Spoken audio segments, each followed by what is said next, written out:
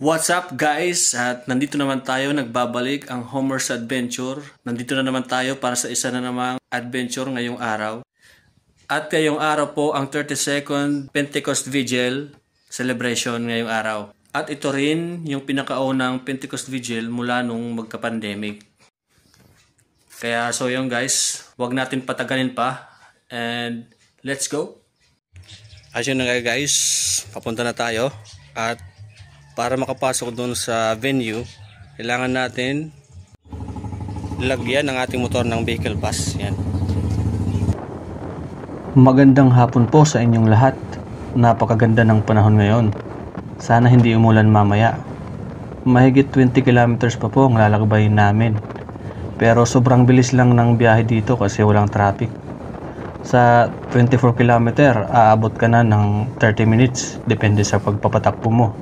Nadaraanan po namin ngayon itong napakagandang tulay na makikita pagpupunta ng Borongan, ang Kamada Bridge.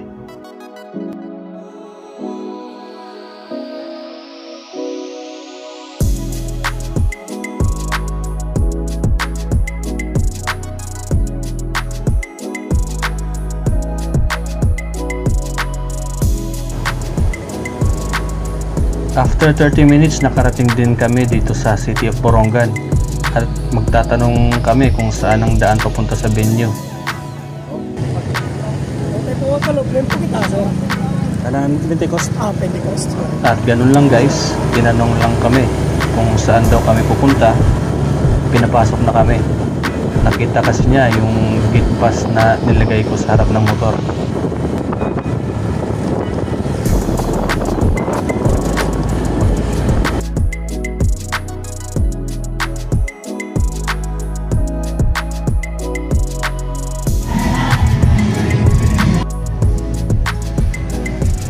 Nandito na po kami sa venue at hahanapin namin ang registration area.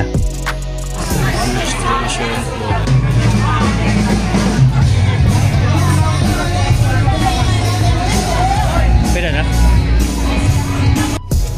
Nag-uumpisa na nga pala ang programa at magkakaroon ng animation number.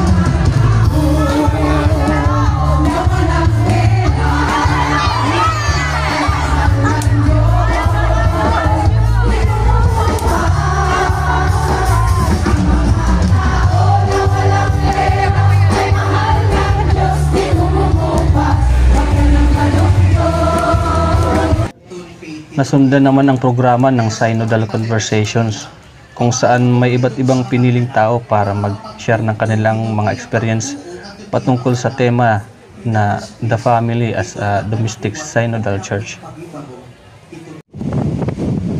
Pagkatapos ng programa, binigyan ng oras ang mga tao para kumain ng hapunan. Nagpasya kaming kumain sa isang bulaluhan sa Baybay, Borongan. Kasama namin ang Parachute Ministry ng Balangkayan.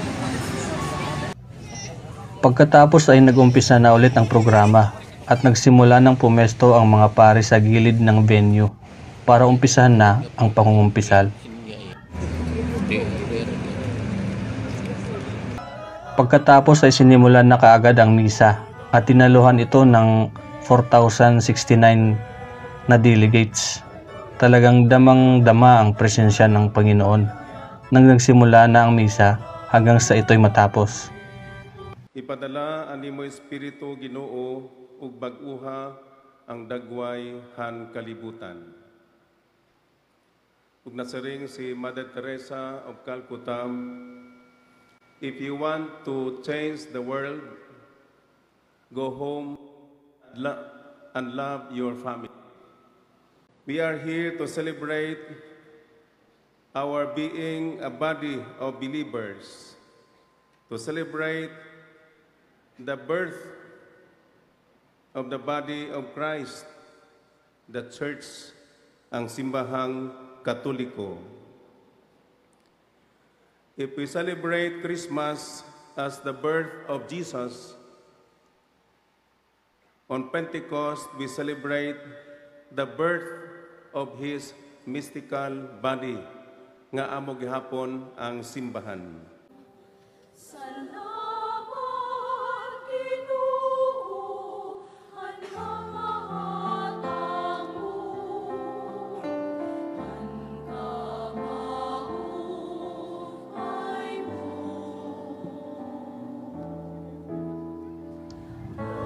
At sa huli, naging makulay ang gabi ng tatapos ng 32nd Pentecost Vigil at ang pag-uumpisa ulit ng panibagong kabanata ng simbahan.